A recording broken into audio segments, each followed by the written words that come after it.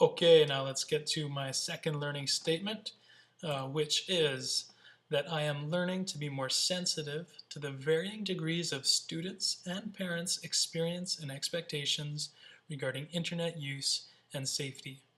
I was so excited when I started doing my project that I just dove right in, got the kids signed up on Google.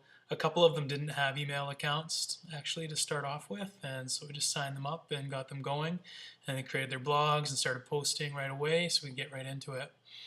Well, it was a couple weeks after that when I had a concerned parent come grab me one morning and kind of accost me and ask what her son was doing with an email address because he's in grade 8 and he's not allowed to have an email address. So it was really quite a different experience than what I was expecting. Um, Made me go back and reflect on what I was doing, why I was doing it, and made me go look at the research and be able to support what I was doing and why I was doing it.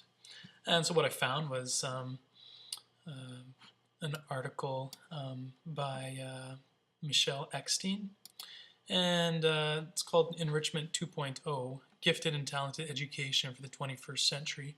And in that, she describes basically the program that I had designed. And, she talks about preparing our children for the 21st century, which is an issue that we had talked about in class with the boys. And what tools are children getting in school now that will prepare them for the jobs that they'll have in the future.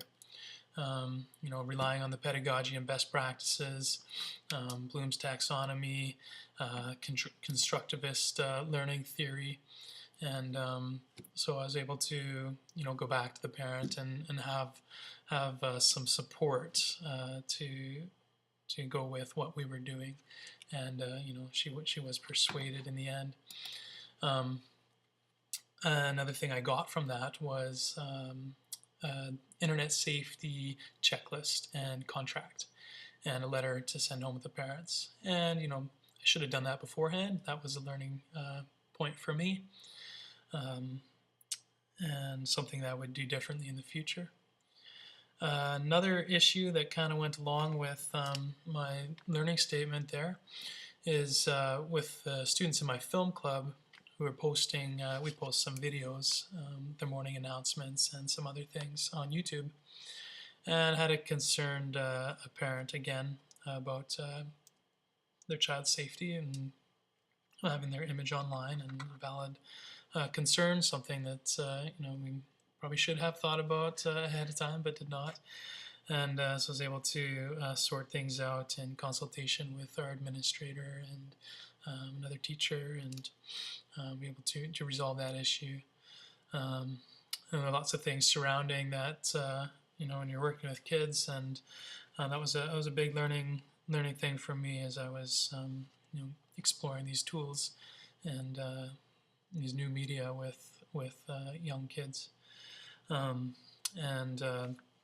dealing with the parents kind of reminded me of the articles that we studied in class by Mark Prensky about the digital immigrant and digital native, and how a digital immigrant doesn't appreciate the new skills and is afraid of them and doesn't want to embrace them. And I kind of saw that with the parents that I was dealing with. And just as it said, teachers have to learn to communicate in the language and style of their students. Parents as well need to get on board. That was a big learning thing for me, and one that I won't forget.